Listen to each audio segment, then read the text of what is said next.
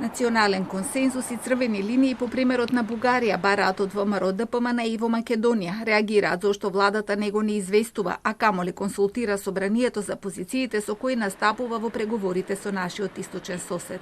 Факт е дека барањето кој што го имаме од страна на нашиот сосед Бугарија е надвор од рамките на едно нормално европско политичко дејствување. Но истовремено да погледнеме како функционира бугарскиот систем на политичко владење. Таму гледате дека имате влада која што вели ние нема да излеземе надвор од рамките на позициите воспоставени од страна на собранието. А од друга страна во Македонија имаме неколку луѓе кои што преговараат, а ние како пратеници во собранието не сме информирани за што се случува. На Македонија подитно и се потребни црвени линии по однос на тоа што се преговара со Бугарија, бидејќи очигледно надвор од еден мал круг на луѓе никој не знае што се случува таму. По меѓувреме, додека чекаме европеизација, вели Муцунски, фокусот треба да биде на внатрешните реформи. Премиерот пак за српски курир изјави дека постои решение за се, вклучително и за проблемот со Бугарија и блокадата на почетокот на преговорите со ЕУ, но треба да се избере вистинскиот момент.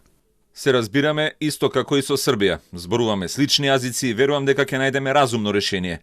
Кога ќе ги прашаме зошто не ни го признаете македонскиот јазик, тие велат: не, ние таа реалност ја прифаќаме, но дајте да видиме кои се корените.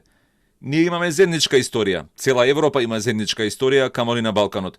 Од таа иста историја се создадоа народите: македонскиот, српскиот, бугарскиот, хрватскиот.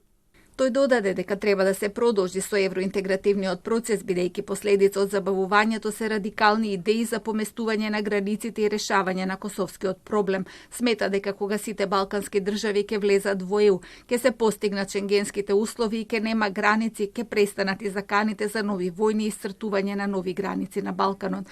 Загрижен од различните нон-пейпери и покрај тоа што Македонија е во НАТО, што значи дека со секоја закана за нашата територија и интегритет би се активирал членот 5 од договорот: сите за еден, еден за сите. Сепак вели никогаш ништо не е сигурно.